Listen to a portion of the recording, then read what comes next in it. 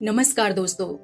गांव के उस सुदूर हिस्से में एक पुराना कच्चा मकान खड़ा था, जिसके आंगन में तुलसी का चौरा अब भी उसी श्रद्धा से पूजा जाता था जैसे सालों पहले पूजा जाता था। सुबह की पहली किरण जब धरती पर पड़ती तो सबसे पहले उस आंगन में सुनहरी रेखा उतरती थी। वहीं तुलसी चौरे के आगे बैठी ललिता देवी, जिन्हें पूरा गांव प्रेम से मैया कहता था, अपने कांपते हाथों से दीपक में घी डालती, बाती को ठीक करती और फिर श्रद्धा से उसे प्रज्वलित करती। उनकी आंखों में अब उम्र का अनुभव साफ झलकता था, पर सेवा और श्रद्धा में कोई कमी नहीं आई थी। वो हर दिन सूरज निकलने से पहले उठती, हाथ पांव धोकर पूरे आंगन को गोबर से लीपती, चौखट को धोकर गंगा जल छिड़कती और फिर उसी तुलसी के आगे बैठकर हनुमान चालीसा या विष्णु सहस्त्र नाम का पाठ करती।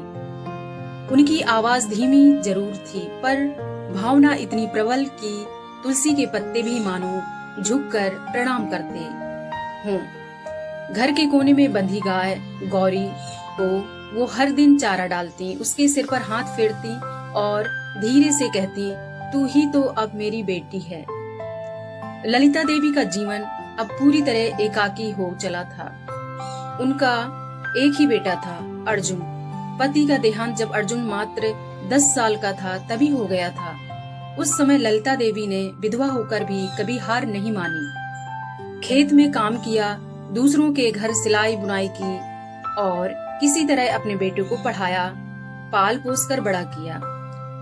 माँ, एक दिन बड़ा अफसर बनूंगा और तुम्हें ताजमहल दिखाने ले जाऊंगा। ये वाक्य अर्जुन की जुबान पर हमेशा रहा करता था।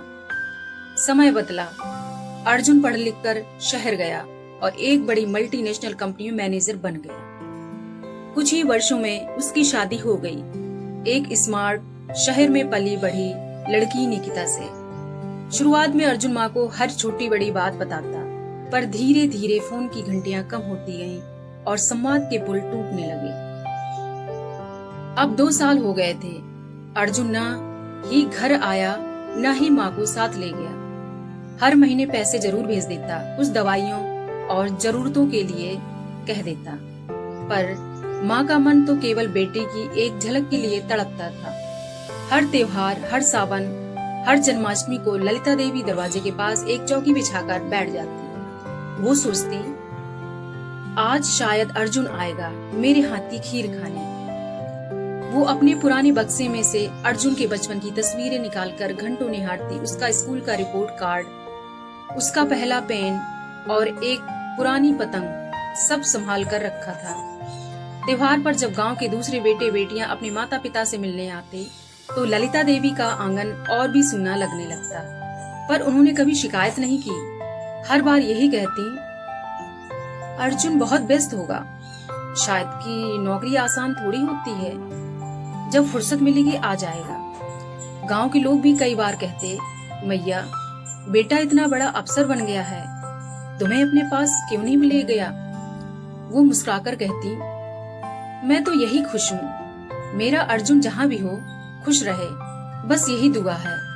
पर उनकी आंखें वो नहीं कहती थी जो उनकी जुबान कहती थी। उनकी आंखों में एक सूखा इंतजार था, जो हर रात ताखे पर जलती डिबरी की तरह टिमटिमाता रहता, कभी बुझता नहीं, लेकिन पूरी रोशनी भी नहीं देता।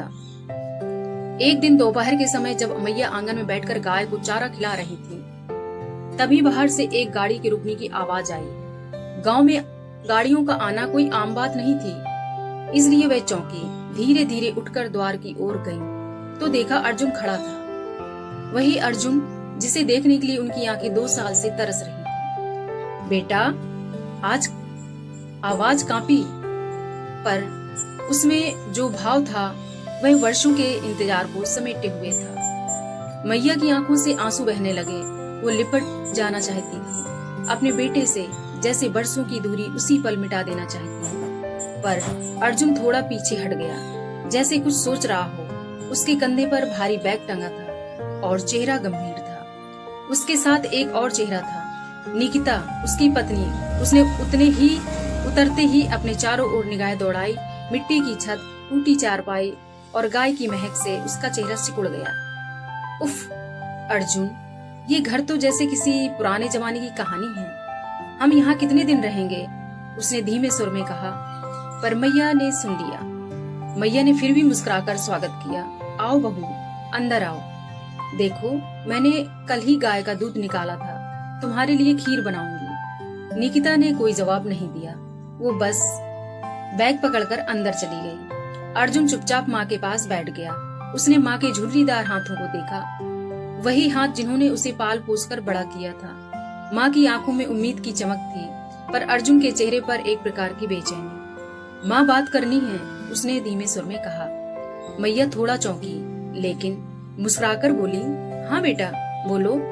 मैं तो सोच ही रही थी कि अब तू आया है तो कुछ दिन रुकेगा मेरे पास। अर्जुन ने एक गहरी सांस ली, फिर आंखें नीची कर ली। माँ, हम सोच रहे हैं कि तुम्हें वृंदावन ले चलें। वृंदावन? मैया का चेहरा एकदम सूख पड़ गया। हाँ माँ, वहाँ निरुद्धाचार्य जी महाराज का गौरी गोपाल आश्रम है, वृद्ध आश्रम है। बहुत अच्छा स्थान है, सेवा भजन सत्संग सब होता है। वहाँ तुम्हें अच्छे लोग मिलेंगे और तुम्हारा मन भी लग जाएगा। मैया की आंखें कुछ पल को स्थिर हो गई। हवा मानो थम सी गई थी। उनके हाथ में रखी तुलसी की माला ढीली पड़ गई। बेटा, उन्होंने कांपते स्वर में पूछा, क्या तू मेरे साथ नहीं रह सकता? अर्जुन ने असहज होकर आंखें चुराई। माँ, तुम जानती हो ना, निकिता की तबीयत ठीक नहीं रहती और शहर की जिंदगी बहुत तेज है। तुम्हें वहाँ अच्छा नहीं लगेगा। वहाँ की भीड़, शोर और काम का तनाव तुम्हें थका देगा। निकिता तभी दरवाजे से बोल पड़े, हाँ मम्मी जी, आप वहाँ बहुत अच्छे से रहेंगी। वो जगह तो बिल्कुल मंदिर जैसी है और आपको भजन का कितना शौक है ना? वहाँ तो दिन रात भजन होता है। मैया ने उसकी ओर देखा, फिर बेटे की आंखों में झांकने लगी। तो अब मैं एक बोझ बन गई हूँ? अर्जुन, ऐसी बात नहीं है माँ। देखो, मैंने सब सोचा है। वहाँ बहुत अच्छा इंतजाम है और जब जब मन करेगा हम मिलने आ जाया करेंगे। बिल्कुल, निकिता ने बीच में कहा, और वीडियो कॉल भी कर सकते हैं। मैया मुस्कुराने की कोशिश करती है, पर उनकी आंखों में आंसू उतर आते हैं। वो मन ही मन सोचती हैं, जिस आंगन में तूने पहला कदम रखा, अब उसी से मुझे बाहर ले जाया जा रहा है। वो कुछ नहीं बोलती, बस चुपचाप अपने कमरे में जाती हैं और एक पुराना बक्सा खोलती हैं, जिसमें अर्जुन का बचपन पड़ा है, वही कपड़ा जो उसने पहले जन्माष्टमी में पहना था, पहला चश्मा, पहला पुरस्कार। वो बक्सा बंद करती हैं, आंखों में आंसू भरे होते हैं, लेकिन होठों पर वही शब्द होते हैं, ठीक है बेटा, जैसी तेरी इच्छा। अगले ही दिन वो लोग वृंदावन के लिए रवाना हो गए। रास्ते भर मैया चुपचाप गाड़ी की खिड़की से बाहर देखती रही। मन में बसी यादें, बेटे का बचपन, पति की मौत के बाद अकेले पालना, खेत बारिश में भीगते दिन, सब सामने आ रहे थे। गौरी गोपाल आश्रम पहुंचते ही उन्हें एक संत की मधुर वाणी सुनाई दी। माँ से बड़ा कोई तीर्थ नहीं। जिसने माँ की सेवा छोड़ दी, उसने ईश्वर को खो दिया। वो संत थे पूज्य श्री अनिरुद्धाचार्य जी महाराज। वृंदावन, जहाँ हर गलियों में राधे राधे की मधुर पुकार गूंजती है, जहाँ हर कण में श्री कृष्ण की लीला बसती है, उसी ब्रजधाम में गौरी गोपाल आश्रम के भीतर एक अलग ही संसार बसता था। ऐसा संसार जहाँ शरीर भले ही वृद्ध हो गए थे, पर आत्मा हर सुबह फिर से खिल उठती थी, भजन, सेवा और सत्संग के रंग में। अर्जुन अपनी माँ को वहीं छोड़ गया था। जब पहली बार मैया ने आश्रम में कदम रखा, तो उनके मन में एक अजीब सी शून्यता थी। वर्षों का अपना घर, आंगन, तुलसी चौरा, गाय, सब पीछे छूट गया था। पर जैसे ही उन्होंने उस आश्रम के प्रांगण में प्रवेश किया, उन्हें एक सुकून सी अनुभूति हुई। बड़े बड़े पीपल और नीम के वृक्षों की छाव, दीवारों पर श्री राधा कृष्ण की मधुर झांकियां और प्रांगण में धीरे धीरे गूंजती मृदंग और मंजीरों की स्वर लहरियां, सब कुछ जैसे उस घाव पर मरहम बन गए जो बेटी की बिरखुई ने दे दिया था। आश्रम की माताएं कोई अकेलेपन से टूटी थी, कोई अपनों द्वारा ठुकराई गई, कोई विधवा, कोई संतान विहीन, पर सब एक दूसरे का सहारा बन गई। वहाँ न कोई छोटा था न बड़ा, सब श्री हरि के चरणों की दासी थी। मैया ने देखा, हर सुबह वहाँ मंगला आरती होती थी। वृद्ध माताएं सवेरे 4 बजे उठकर गंगा स्नान करती, सफेद साड़ी पहनकर बालों में तुलसी की माला लगाती और फिर मंदिर में जाकर घंटियों के बीच आरती गाती। वो स्वर सुनकर मैया की आंखें नम हो जाती, उन्हें धीरे धीरे समझ आने लगा कि यह कोई साधारण वृद्ध नहीं था, यह तो वास्तव में एक तीर्थ था, एक आध्यात्मिक तपोभूमि। कुछ ही दिनों में वह भी बाकी माताओं के साथ बैठकर भजन गाने लगी। किसी के पैर दबा देती, किसी को खाना परोस देती, जैसे अपना परिवार मिल गया हो। फिर एक दिन आश्रम के सेवक ने सूचना दी, माँ, पूज्य श्री अनुरुद्धाचार्य जी महाराज आज आपसे मिलना चाहते हैं। मैया थोड़ी घबरा गईं। इतने बड़े संत जिनके प्रवचनों को सुनने के लिए हजारों लोग आते थे, उनसे मिलने का सौभाग्य किसी को नहीं मिलता था। वे कांपते हुए हाथों से अपना सिर ढकती हैं, साड़ी का पल्लू ठीक करती हैं और सेवक के साथ चल पड़ती हैं। छोटे से कक्ष में जहाँ राधा कृष्ण की मनमोहक मूर्ति रखी थी, वहीं एक आसन पर पूज्य अनुरुद्धाचार्य जी महाराज विराजमान थे। शांत सौम्य चेहरा, आंखों में करुणा और मुख पर वो दिव्यता जो केवल त्याग और सेवा से आती है। उन्होंने माँ की ओर देखकर मंद मुस्कान के साथ पूछा, बोलिए माँ, कैसे आना हुआ? मैया की आंखों में अचानक जल भर आया। वो घुटनों के बल बैठकर उनके चरणों में सिर झुका देती हैं। महाराज जी, उनका गला भर्रा जाता है। मेरा बेटा मुझे यहाँ छोड़ गया है। क्या सचमुच वृंदावन मेरे जीवन का अंतिम पड़ाव है? अनिरुद्धाचार्य जी ने अपने करुणा भरे हाथों से उनका सिर उठाया। माँ, बेटा तो वह होता है जो माँ को श्री हरि के चरणों तक पहुँचा दे। तुम भाग्यशाली हो। यह वृंदावन भूमि है, यहाँ श्री कृष्ण कण कण में निवास करते हैं।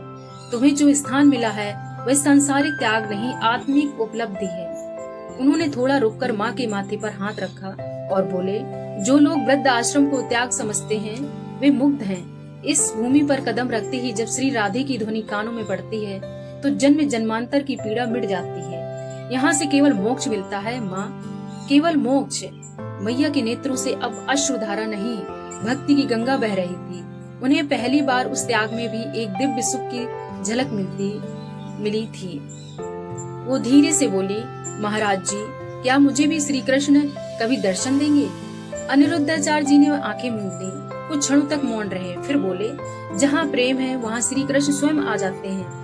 तुम्हारा हृदय तो पहले से ही उनका मंदिर बन चुका है। माँ, वह अब कहीं बाहर से नहीं आएंगे, वे तुम्हारे भीतर ही विराजेंगे।